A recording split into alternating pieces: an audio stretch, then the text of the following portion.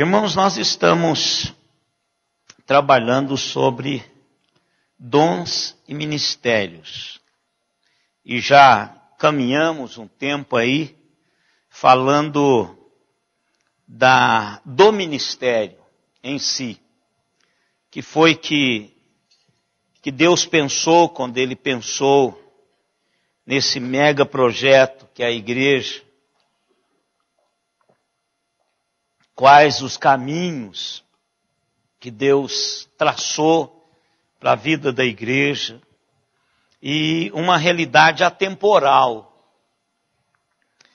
E essa para mim é o grande privilégio de fazer parte, de servir num projeto atemporal.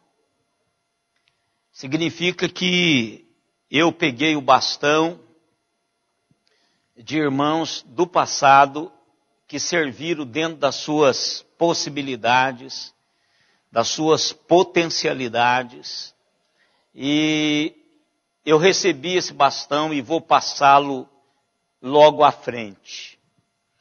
Então esse é um privilégio. Nós estamos envolvidos no projeto que vai, Guga, também o Guga aqui.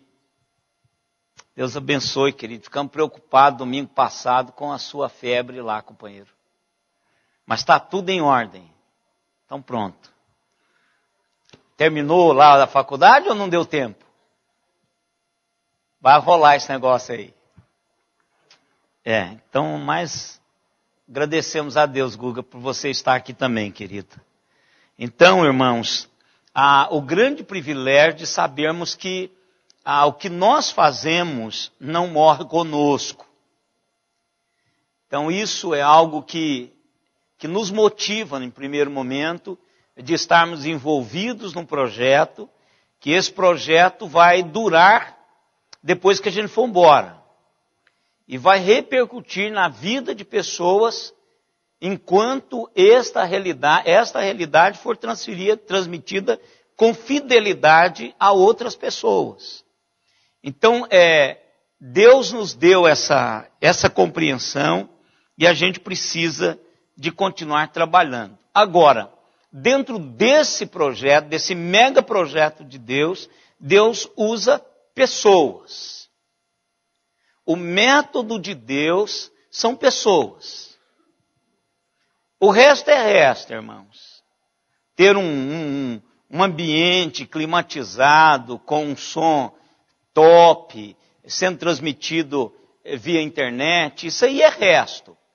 Porque você pode ser igreja debaixo de uma árvore.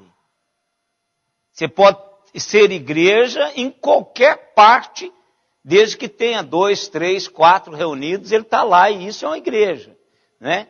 Então a realidade nossa é uma realidade que vai além disso aqui. Deus usa pessoas. E quando nós falamos sobre Sangar, eu observei uma coisa na vida de Sangar que eu gostaria de repetir hoje. Não é difícil, irmãos, entendermos que o projeto e o método de Deus são pessoas. E acreditar que Deus usa pessoas para realizar o que Ele quer realizar. Isso não é difícil. É só você ter um tempinho de igreja, você começa a incorporar essa visão de que Deus usa pessoas. Agora o difícil é você dizer assim, Deus, eu creio que o Senhor usa pessoas e eu estou disponível para ser usado. Muda isso aí. Muda. Acreditar que outras pessoas podem ser usadas é uma coisa. Disponibilizar para que Deus use você é outra totalmente diferente. É você colocar-se à disposição de Deus para que Deus lhe use como ferramenta da maneira que Ele quiser, aonde Ele quiser, quando Ele quiser, muda de figura. E todos nós, irmãos, chamados, vocacionados por Deus, somos chamados para exercer um papel no ministério. É uma pena que nós estragamos esse projeto. E está sendo difícil voltarmos ao projeto bíblico. Muito difícil. Isso aqui vai levar gerações, porque é muito cômoda a situação em que nós vivemos, onde poucos fazem e muitos assistem. Então, isso aqui é muito cômodo. Então, o que é cômodo é difícil de você arrancar isso da cultura da igreja. Então, não sei quando, mas foi um processo que veio com o tempo, e nós sentamos e assistimos as coisas acontecerem, não é? Então, inclusive, há pouco tempo atrás, poucos anos atrás, a gente falava assim, você assistiu o culto ontem? É assistir mesmo, porque isso não é a palavra, não, culto não se assiste, culto se participa. Agora a pergunta é a seguinte, quantos estão participando? Porque o culto não é esse momento só nosso aqui. É uma realidade existencial, há um momento cultico existencial. Ele acontece no meu dia a dia e tem a sua culminação no ajuntamento dessas pessoas que cultuam a Deus, vão juntarem para fazer um serviço público juntos. Mas o culto acontece todo o tempo. É isso que precisa. Então, quando nós fazemos esta realidade, então nós começamos a participar da vida da igreja. Nós começamos a dar a nossa contribuição. Deus usou-me durante toda a semana e no domingo eu vou celebrar isso, junto com outros irmãos também que foram usados. Seus dons foram manifestados, as suas paixões, as suas realidades vocacionais. Deus nos chamou para isso acontecer nas nossas vidas. E o mais bonito, irmãos, de todo esse chamamento é que é personalizado. Personalizado. Essa vocação de Deus é uma vocação personalizada. Personalizada. Então, ninguém vai representar a Deus como eu fui chamado para representá-lo. Ninguém vai representar a Deus como você foi chamado para representá-lo. Ninguém na face da terra. Isso não vai repetir. Não vai repetir. Então, quando eu entendo isso, irmãos, aí reveste de significação não só a minha vida, mas aquilo que eu faço. Aquilo que eu transmito. Aquilo que eu represento Deus no meu dia a dia. No meu dia a dia. Quantas pessoas falam assim, eu vim para a igreja por causa de fulano. O que aconteceu? A empatia primeira não foi pela realidade de Deus, foi por você. Por você. Foi a sua maneira de ser, foi a sua maneira de expressar, foi a sua maneira de relacionar-se que deu um primeiro ponto. Deus, claro, estava trabalhando isso. Porque é um todo, é uma totalidade, é uma integridade de realidades que Deus juntou em mim e você para cumprir o seu projeto na vida. Então, isso nós chamamos no estudo de ministérios perfil do servo. Cada servo tem o seu perfil. Cada servo tem o seu perfil. Primeiro que nós estamos trabalhando é a sua paixão, que nós chamamos de vocação. Cada pessoa foi vocacionada, foi equipada por Deus para expressá-lo em algum lugar. E essa vocação define onde eu vou servir. Onde eu vou servir. Por exemplo, a irmã Idelma chegou aqui e disse o seguinte de manhã. Olha, eu também dei aula, tal, mas quando apareceu o ministério da vocação dela, ela não pensou duas vezes. ela foi para o ministério da vocação, da paixão. Não é peso. Então, essa vocação de Deus, que nós chamamos de paixão, vai determinar aonde você vai trabalhar. Qual lugar que você vai representar a realidade de Deus.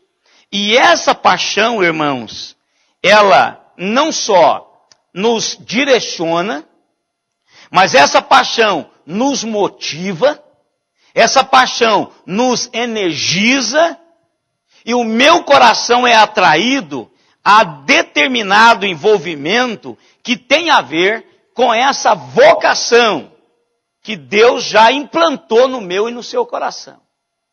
Então a paixão, irmãos, ela é dada por Deus. Ela é dada por Deus. Isso aqui, eu e vocês, já desde sempre, fomos trabalhados por Deus para estarmos aonde estamos. Se não estamos no lugar aonde achamos que deveríamos estar, é porque você ainda precisa descobrir qual a sua paixão, qual a sua vocação. Porque se você está no lugar que você sabe que deveria estar, que não há outro lugar melhor do que o lugar onde você está, se você não sabe disso, tem dúvida, então você precisa de ver alguma coisa sobre a sua vocação e a sua paixão. Porque quando nós descobrimos isto, nós sabemos que esse é o lugar que nós deveríamos servir. Vocação personaliza o servo. Por isso que ninguém pode tentar imitar outro, porque vai ser para lá de meio de Paraguai. Vai ser um genérico sem gosto, sem eficiência, e vai gerar desconforto na vida de outras pessoas, esse genérico. Então, cada um tem um perfil. E não adianta. Não adianta a pessoa querer ser pastor se ela não foi vocacionada para ser isso, ela vai sofrer e vai amargar a vida, porque precisa de ter a vocação, a paixão, para se estar no pastorado. Em qualquer outra área. Nós estamos tratando da área espiritual. Mas em qualquer outra área da vida humana, você precisa de estar onde você foi vocacionado para se estar. Senão você está no lugar errado e você vai andar e não vai saber para onde você vai caminhar. Então, esta realidade, nós precisamos de entender uma coisa com isso. Primeiro, não há paixão certa ou paixão errada. Pode diferir de todas as outras. E pode ser singular. Aqui é um trabalho que a igreja não consegue mover, irmãos. Aliás, nós não conseguimos com facilidade mover entre as diferenças. Nós temos dificuldade de fazer isso. Até em casa, que somos 4, pais, 2 filhos, ou 5 pais e 3 filhos, ou 3 pais e 1 filho. A gente não consegue caminhar com leveza em meio às diferenças. Nós queremos encaixotar todo mundo no mesmo uniforme. Se não pregar como eu, não serve para pregar aqui. Não, não é verdade isso. O Alexandre é diferente de mim. Porque se ele fosse igual, não precisava dele aqui, irmãos. Por que vocês precisam de outro Ezequiel? Não precisa. O original está aqui. Está aqui. Então eu preciso do Alexandre, eu não preciso de outro Ezequiel. Eu não preciso de me imitar. E não pode. Porque se ele fizer isso, vai ficar ridículo. Porque você já conhece o original. Então, Deus nos fez diferentes. Nos fez diferentes. Tem gente que gosta de tocar guitarra, outro gosta de tocar violão. Tem gente que não suporta nem violão nem guitarra. Agora, não brigue com eles. Não brigue. Mas aí tem pessoas que é apaixonada por fazer solo, não gosta de grupo. Não brigue com ele, deixa ele dedilhar o seu violão, sua guitarra, seu cavaquinho. Deixa ele fazer o que ele faz. Não diz, isso aqui não toca. Quem diz que não toca?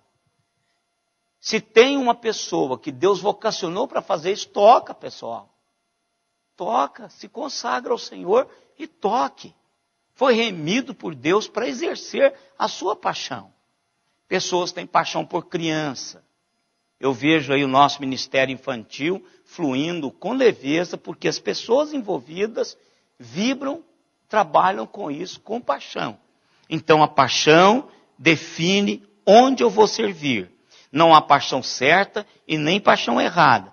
Pode diferir de todas as outras e pode ser singular. Quer ver um detalhe? Imagine para a igreja do apóstolo Paulo, quando ele diz que Deus o havia chamado para pregar aos gentios. Irmãos, a gente não imagina os enfrentamentos do pastor Paulo, do apóstolo Paulo, quando ele diz assim, gente, ele falava hebraico fluentemente, ele foi adestrado, domesticado na religião por Gamaliel. Ele se preparava para exercer um dos cargos mais importantes na escala dos fariseus. E aí ele disse assim, pessoal, Deus está me chamando para falar ao combustível do inferno. Porque gentio era assim.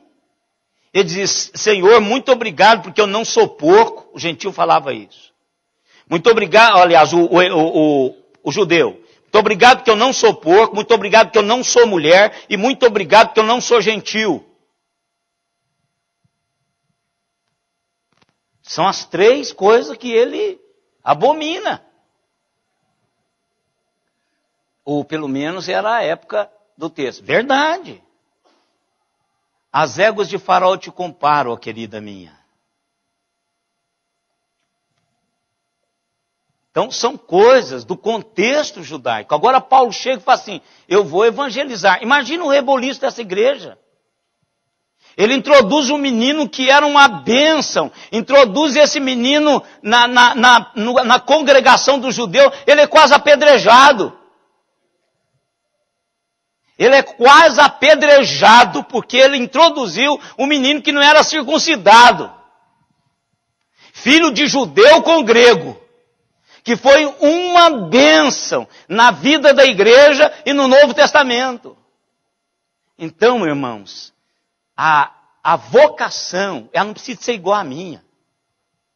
E bem-vindo todos que são vocacionados diferente, têm paixões diferentes da minha.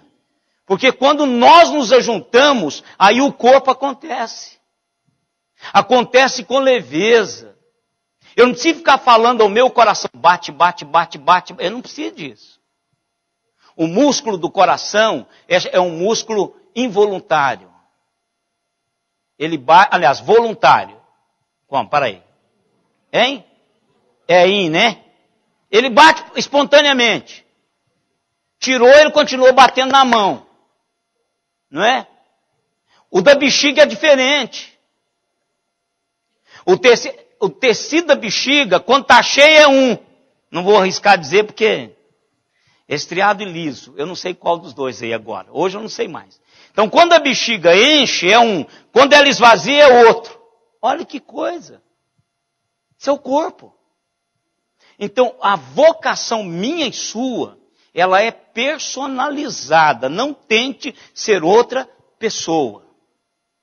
Deus trabalhou você desde o ventre. Olha o que nós estudamos na quarta-feira. Desde o ventre, Deus está pensando em você. Não pense que seu pai foi errado, a sua mãe foi errada, sua criação, o seu jeitão de ser está errado. Deus pensou nisso. Deus pensou nisso. Todos os cristãos, nós que recebemos a Jesus, fomos vocacionados para o serviço. Mas existe um nível surpreendente de especificidade nessa vocação. O que é isso? Várias maneiras de fazer o que eu estou fazendo.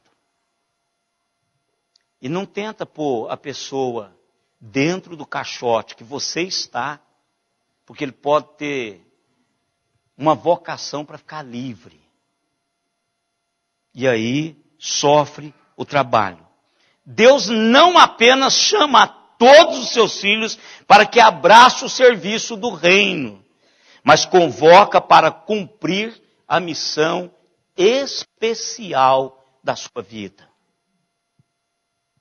Deus tem uma vocação especial para mim e para você. Tem pessoas, irmãos, eu sempre falo isso aqui, que elas acham que só a vocação delas é o que manda na igreja. Eu falo assim, quem tem vocação para martelo, tudo é prego. Tudo é prego. Então, aqueles missionários que acham que a igreja deve ser só missionária, então todo mundo deve ser missionário. Está errado. Não é assim que funciona no corpo.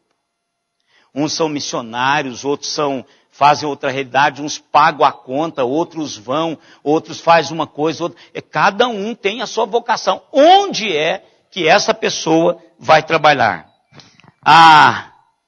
Isso significa, irmãos, que além de atentar para todas as oportunidades de trabalho do reino, é preciso discernir o serviço que Deus, de antemão, preparou para você. Eu preciso saber o que é que Deus quer que eu faça e onde Ele quer que eu faça isso. Efésios, capítulo 2, verso 10. Vamos ler lá. Essa vocação, essa paixão pessoal é parte do plano e do propósito de Deus para as nossas vidas. Efésios 2:10, pode dizer, a gente já sabe de cor isso aí. Pode ler aí.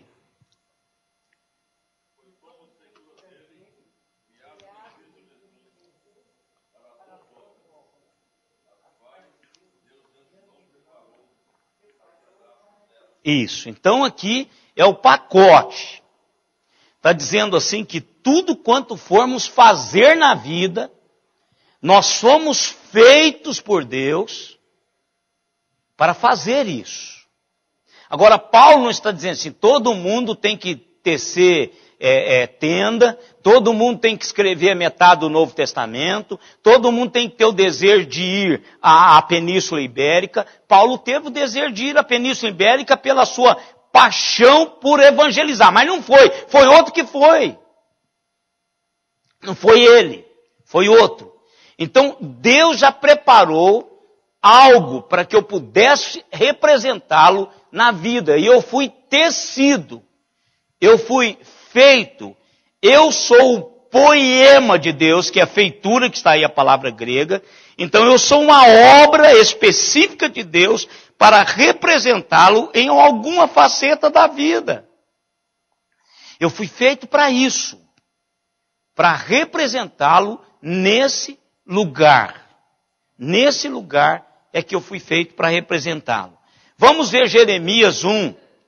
Jeremias também é lindíssimo a vida, a maneira como Jeremias fluiu. Eu fico pensando, irmãos, o quanto que Jeremias sofreu para representar a Deus no meio daquele povo e naquela época, irmãos. Olha aí, palavras de Jeremias, filho de Uquias, um dos sacerdotes que estava em Anatote, na terra de Benjamim.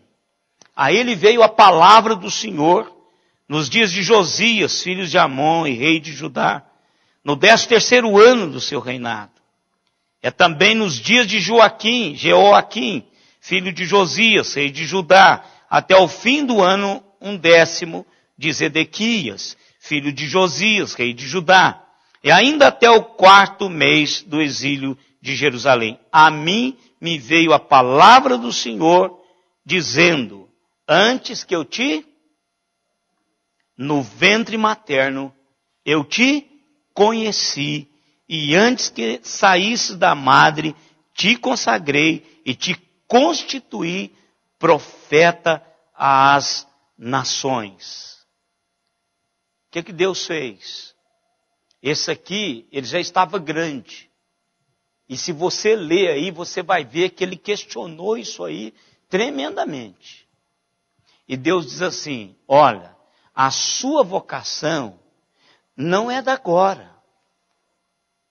Esse negócio já estava programado para acontecer nesse tempo.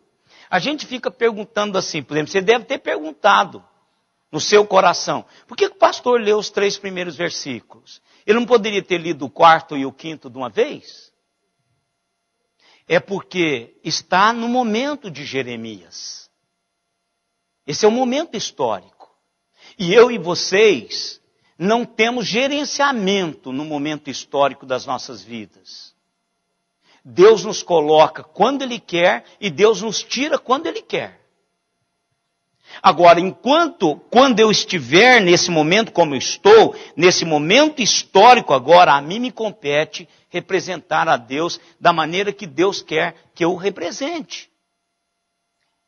Que Deus está dizendo para Jeremias, eu te vocacionei para ser profeta. O seu lugar é boca minha diante desse povo. Não importa se vai ser na sinagoga, se vai ser dentro da cisterna, se vai ser no palácio, se vai ser nas ruas. Simplesmente diga para o povo o que eu quero que seja dito. E tem uma coisa, Jeremias. Eu já sabia disso de antemão. De antemão. Então, irmãos, o que acontece? Se eu tenho essa consciência, que eu fui vocacionado para um determinado lugar, que Deus já fez isso comigo desde sempre, que é nesse lugar que eu vou representá-lo, irmãos, não tem distração. Pode até ter necessidades. Eu posso até tentar fazer alguma coisa fora da minha vocação. Mas quando é exigido optar entre a minha vocação e aquilo que eu estou tapando o buraco, automaticamente eu passo para a minha vocação. Então, Deus coloca no meu e no seu... Você sabe disso desde criança.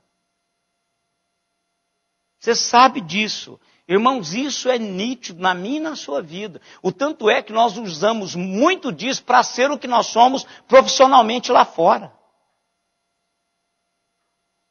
Deus nos deu uma vocação para realizarmos espiritualmente. Mas essa paixão, Ele nos deu também para trabalharmos lá fora.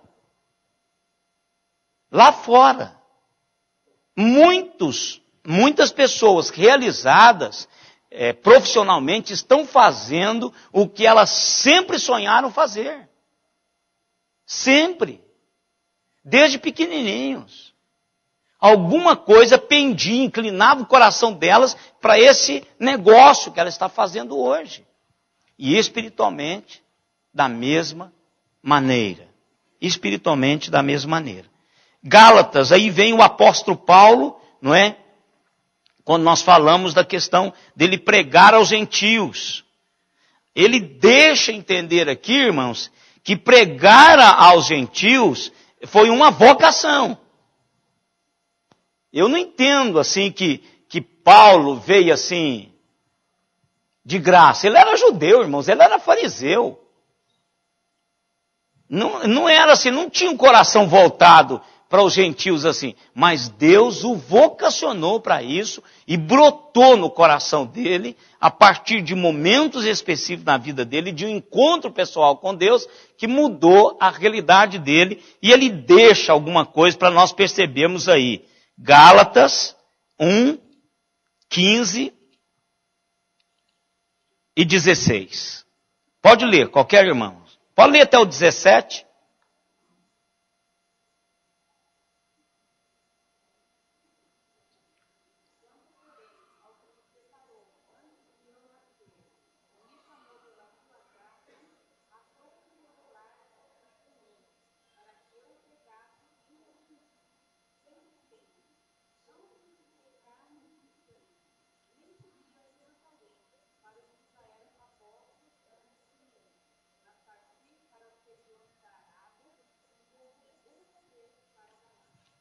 Não precisa nem te explicar isso aqui. O que ele está dizendo? O verso 15, ele diz assim, olha, o Senhor me separou para isso.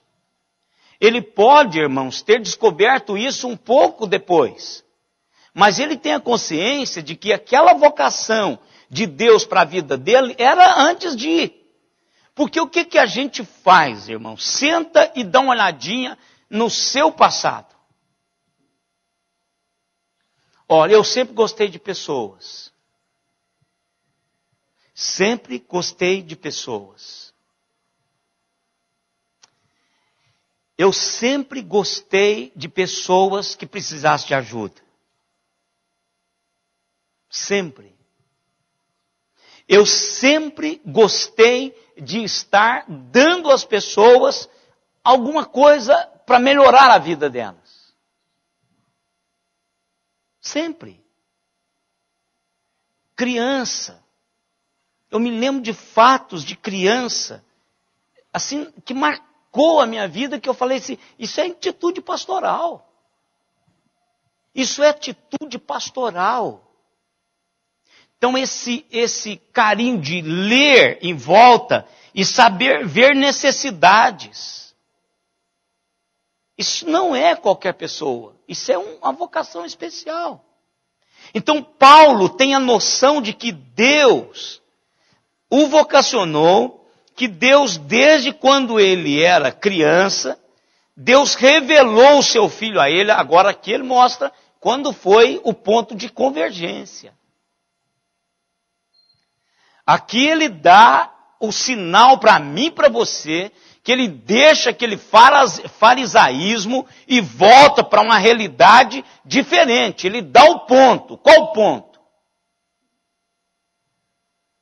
Aonde é o ponto de convergência dele, irmãos? Ele dá duas pistas nesse texto. Duas pistas para mostrar o ponto de convergência onde ele se converteu ao projeto de Deus. Onde foi? Quando ele estava, irmãos, encerrando as pessoas na prisão, estava indo para Damasco com a carta do Sinédrio para prender os do caminho. Os do caminho. Paulo estava tentando servir a Deus contra o seu filho. O Filho de Deus contra Jesus. Então, quando ele vai, Jesus se revela a ele. Se revela a ele. E aqui, irmãos, os detalhes que o Espírito Santo de Deus faz conosco, é que nós perdemos as maiores bênçãos de Deus, não se atentando para os detalhes de Deus nas nossas vidas. Nós somos muito pelo grosso. Então, se eu não arrepiar, se eu quando pregar não ver a pessoa chorar, então eu desço do púlpito frustrado. Isso não é verdade, comigo não, mas estou falando o grosso. Quer dizer, se não houver um grande milagre, eu não vou. Irmãos, mas os detalhes faz toda a diferença. Em que idioma Jesus falou com Paulo? Qual foi o idioma que Jesus usou para falar com Paulo? Ele diz qual foi o idioma. Se você já leu o relato de Paulo sobre o encontro dele com Jesus, você vai ver que Paulo diz assim, Jesus falando comigo disse isso. Qual foi o idioma?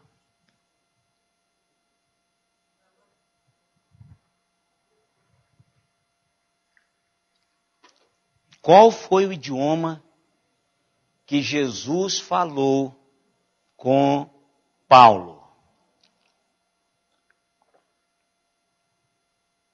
Lembra ou não?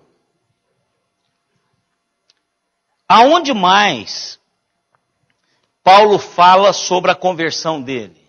Quem se lembra?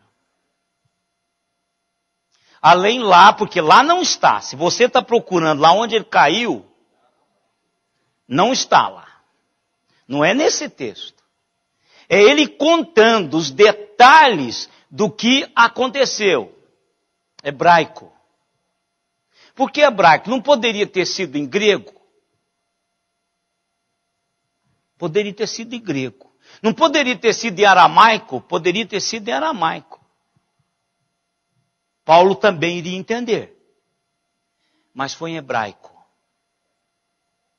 Para dizer assim, seu judeu, fariseu, eu estou lhe chamando para um trabalho que não é comum fariseu fazer. Pregar aos combustíveis do inferno. Veja que ele cita isso, que ele diz assim, revelar que aprove a Deus, revelar o seu Filho a mim, para que eu o pregasse entre os gentios, sem detença, não consultei carne e sangue, ele sentiu leveza, nem subi a Jerusalém para os que já eram apóstolos antes de mim, mas parti para as regiões da Arábia e voltei outra vez para onde? Damasco. Então, o ponto de conversão de Paulo foi quando Deus revelou a Jesus Cristo a ele. Paulo, você está perseguindo a minha igreja, você está perseguindo a mim, você está perseguindo ao Deus que você é devotado. Agora vá, fica um tempo cego, vou mandar alguém para te ajudar. Pessoa simples, mas revestida do poder do alto. E aí Deus diz assim, ele vai saber o quanto custa me servir. Hoje à noite nós vamos falar alguma coisa sobre isto. Que aqueles que servem ao Senhor Jesus, em plena devoção, vai saber o custo disso. Irmãos, não há sem custo. Não há servir a Deus sem custo. Não é o custo da sua salvação. É o custo de servir ao Deus que te salvou. Não tem. E é só você que pode pagar esse negócio. Paulo está nesse trechinho, nós vamos até porque nós estamos expondo uma das cartas de Paulo. Volta a Damasco. Para que será que ele volta a Damasco? Por que ele voltou a Damasco, irmãos? Ele não poderia ir embora? Ir para outro lugar, ir direto para Jerusalém?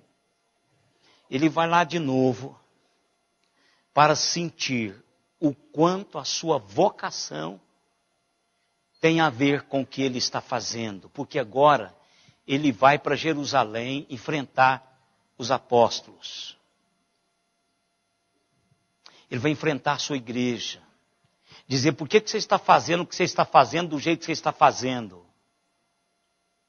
Ele vai ter que agora defender a sua vocação. E ele passa a maior parte fazendo isso para os discípulos, para os apóstolos. Porque, irmãos, a igreja resiste a algumas manifestações de Deus através de determinadas pessoas. Se não fazer como o presbiteriano faz, você não tem lugar na igreja presbiteriana. Se não for engessado dentro da estrutura em que nós vivemos, você não tem lugar.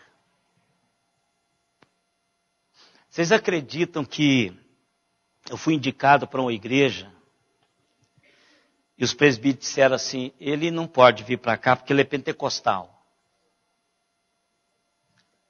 Se não estivesse transmitindo, eu ia dizer para vocês qual é a igreja. Eu tenho que tomar muito cuidado com esse negócio que eu esqueço que está transmitindo. Aí eu falo algumas coisas que não pode falar, né? Não, pode falar, mas não pode falar transmitindo assim. Vocês que entraram aqui dentro, a menos que você não queira ouvir, você sai. Então aqui é o meu habitat. Se você não quiser ouvir o que eu vou dizer, então não entre aqui. Depois que você entrou, você pode sair também, se não gostar do que eu estiver ouvindo. Mas lá não, lá está sendo gravado, lá tem uma censura aí fora. Pode pegar alguma palavra minha e distorcê-la, fazer um punhado de coisa com ela. Não é? Mas depois que desligar, eu vou dizer para vocês onde foi. Sabe por quê, irmãos? É claro que eu estava começando o ministério. Aí eu fui chamado no presbitério para esse cara dizer na minha cara que não me queria lá. Eu tinha 1 ano de formado, de ordenado.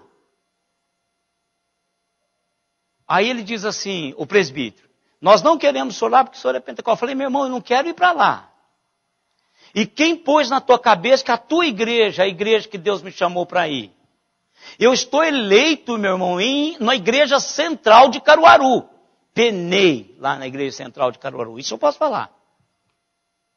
Penei. Simone penou. Nós penamos. Mas é o lugar que eu tenho certeza do que eu sou hoje, é porque eu estive lá. Eu não seria o que eu sou hoje se eu não estivesse ido para a igreja de Caruaru. Não teria sido. Então, Deus sabe onde a gente deve estar. E às vezes, irmãos, enfrentar uma realidade de chamamento de Deus é explicar para a igreja, olha, Deus mudou, Deus convergiu a minha direção e me vocacionou para isso. Tem paixão agora, é por gentil. Olha, irmãos, isso é uma mudança tremenda na vida do apóstolo Paulo. Sua paixão encontrou, olha que interessante, sua paixão encontrou uma nova e diferente expressão. Paulo continuou tão fervoroso quanto qualquer fariseu. Paulo continuou tão apaixonado por Deus como sempre foi. Matava, prendia, dava a sua vida por isso. Ele continuou. Só que agora, a expressão dele foi redirecionada para o lugar certo. E hoje nós temos o Novo Testamento, irmãos. Mais da metade do Novo Testamento. Paulo está escrevendo aos gentios. Alguém já diz, a única carta que Paulo não escreveu aos gentios foi Hebreus. E aí, o pessoal fala, ninguém sabe se foi Paulo. Porque não sabe mesmo. Mas os adeptos de que Paulo escreveu Hebreus, ele diz, a única carta que Paulo escreveu aos Hebreus foi Hebreus. Né? Mas todas as outras ele escreve aos gentios. Aos gentios. Ele escreve para mostrar aos gentios o projeto de Deus. E pode ter certeza, irmãos, que nós, eu e vocês, na nossa vocação, nós vamos também passar a fazer parte de um momento especial na vida da igreja, mesmo em sinalização de convergência, de expressão diferente daquilo que Deus tem para a minha e para a sua vida. A vocação acontece num contexto de vida integral. Se por um lado ela nos convoca para uma experiência nova, para uma expressão nova, o nosso papel na vida, para a qual não temos habilitação ou recurso suficiente em nós mesmos. Por outro, ela tem a ver com aquilo que somos. Com aquilo que somos. Com a totalidade da nossa estrutura. definida por nossa experiência histórica. Talentos naturais, qualificações adquiridas, anseios. A alma sua bate por isso a vida toda. Da mesma forma, as coisas que fazemos com mais prazer secularmente, tais como viajar, estudar, pesquisar, falar, relacionar.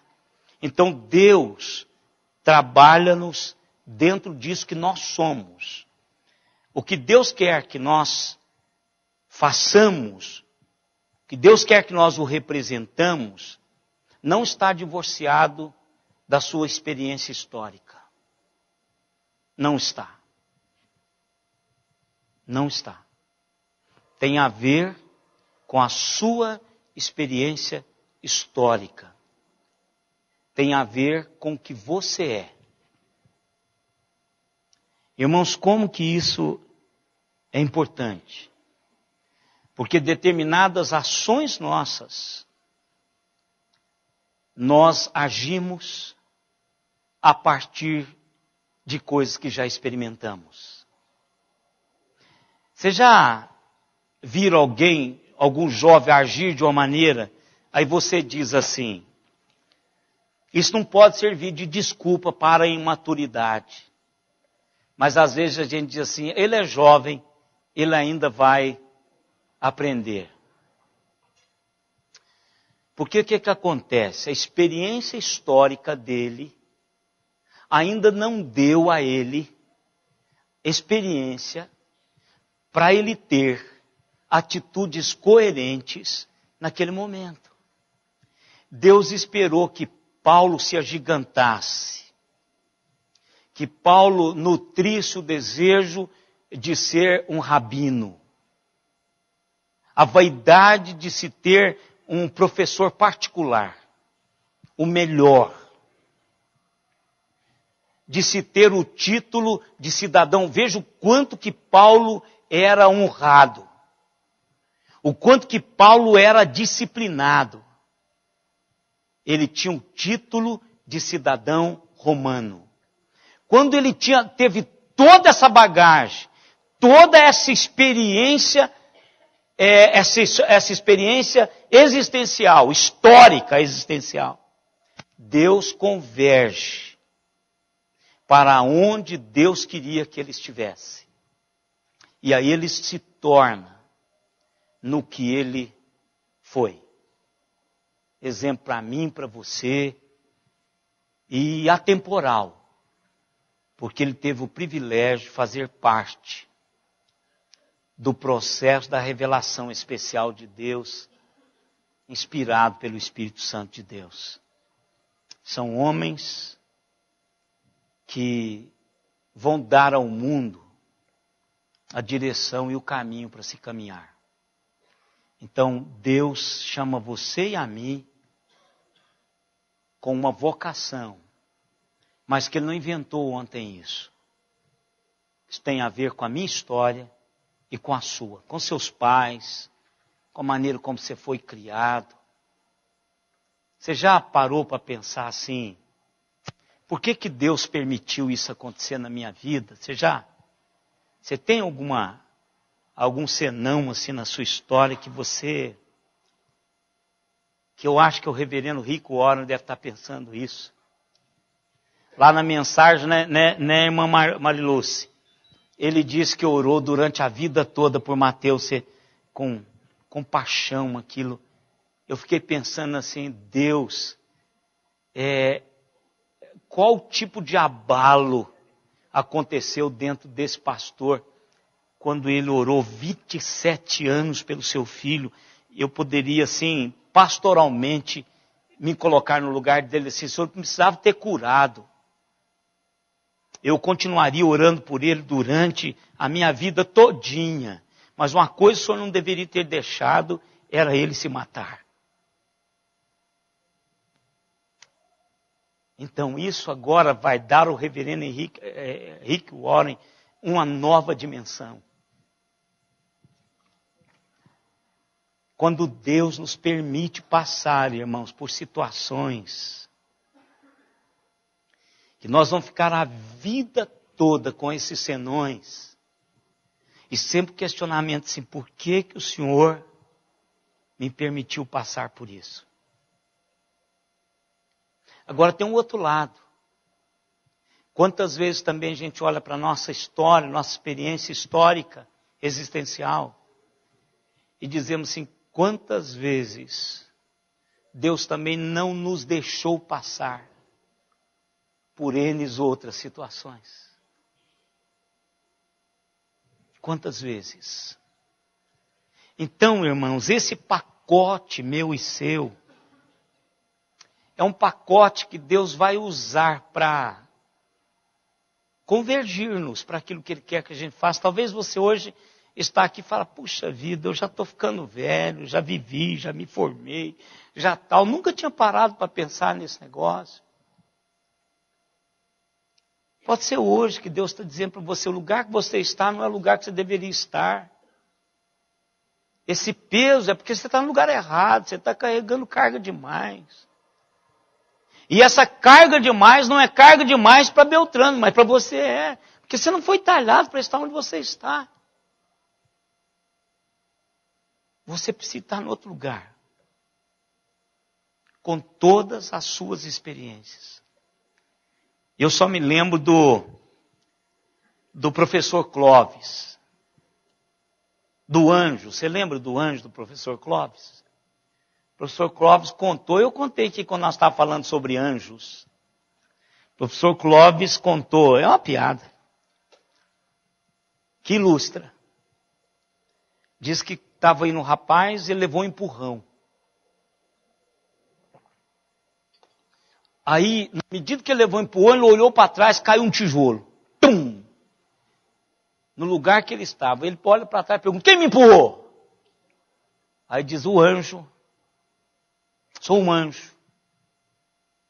Fui eu que te empurrei. Aí ele ficou satisfeito, saiu dali e falou, olha, eu tenho um camarada que consegue me ajudar nessa caminhada. Aí, dado momento, no outro dia, ele vai atravessar a rua. Quando ele vai atravessar a rua, ele é empurrado de volta para o passeio. Aí um carro passa na hora. Ele diz, quem foi? Perguntar só para testar, porque ele já sabia que era aquele camarada do tijolo, o anjo. Aí ele olhou para o anjo e disse assim, aonde o senhor estava? O que o senhor estava fazendo quando o senhor me permitiu casar com aquela mulher?